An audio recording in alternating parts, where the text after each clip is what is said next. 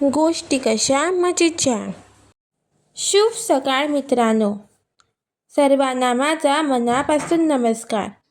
मी आज या भागात आई सकल जनाची मावली या विषयावर माझे मनोगत व्यक्त करीत आहे. आ म्हणजे आत्मा आणि ई म्हणजे ईश्वर. उगाचच कोणी म्हटलं नाही. आई म्हणजे वात्सल्याची मूर्ती. आई म्हणजे प्रेम आणि आई म्हणजे जगातील सर्वात सुंदर अशी कलाकृती जी देवाने खास सगळ्यांसाठी बनवली आहे. आई हा शब्द जगातील अतिशय प्रेमळ आणि सुंदर शब्द आहे.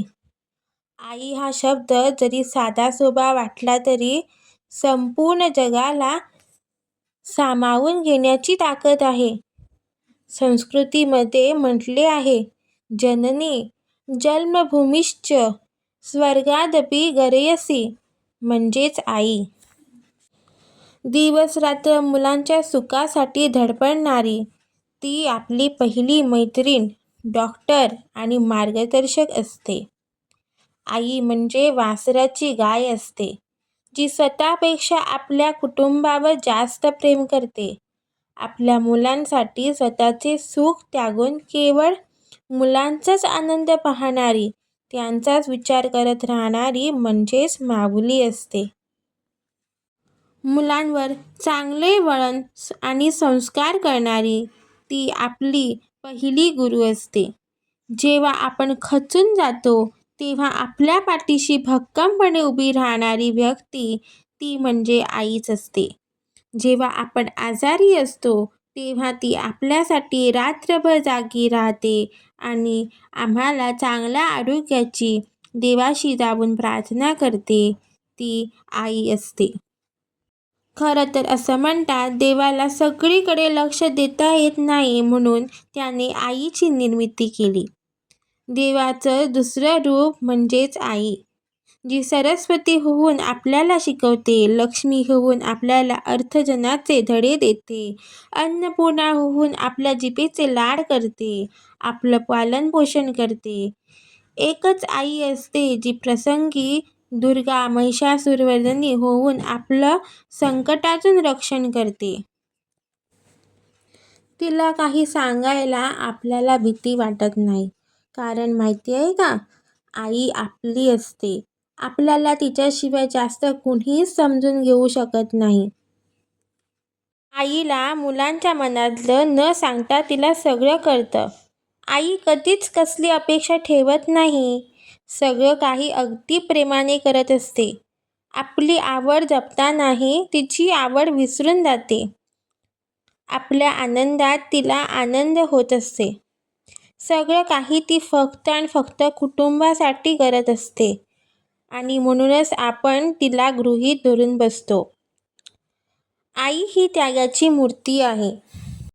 स्वामी तिन्ही जगाचा आई विना भिकारी, हे वाक्य विवेकानंदाने उगीचच म्हटलं नाही, तर हे वाक्य अगदी खरं बोलले आहे.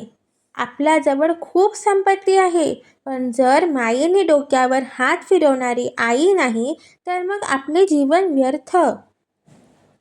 जेव्हा मूल बोलायला शिकतो तेव्हा पहिले अक्षर काय असते, तर ते असते आई. दुखलं दुपटलं तर तोंडात मुखातून फक्त आईच हेच शब्द येते, कारण आपण आईशिवाय राहू शकत नाही. आई या शब्दात संपूर्ण विश्व सामावले आहे. आई हे एक अशी व्यक्ती आहे ज्याची आपण तुलना शब्दात करू शकत नाही. काळजीचा हाक असते आई, निशब्द जाग असते आई, अंतरीचे गूढ असते आई, ईश्वराचे रूप असते आई. आई हे प्रेम, त्याग आणि मायेचे मूर्तिमंत रूप आहे. म्हणून आपण नेहमी आपल्या आईचा आदर केला पाहिजे. मातृदेवो भव या उक्तीप्रमाणे आई हीच आमची पहिली गुरु असते. संपूर्ण कुटुंबाला एकत्र सुतात बांधून ठेवणारी आणि घराला घरपण मिळवून देणारी म्हणजेच आई होय. आपण नेहमी तिला आनंद ठेवण्याचा प्रयत्न केला पाहिजे. आई आहे म्हणून आपण आहोत हे विसरता कामा नये. आई काही कारणामुळे रागावली तर राग मनात ठेवू नका. आईला समजून घ्या. आई उगाचच कानाशिवाय मुलांवर रागवत नाही. चूक असल्यानेच रागावते.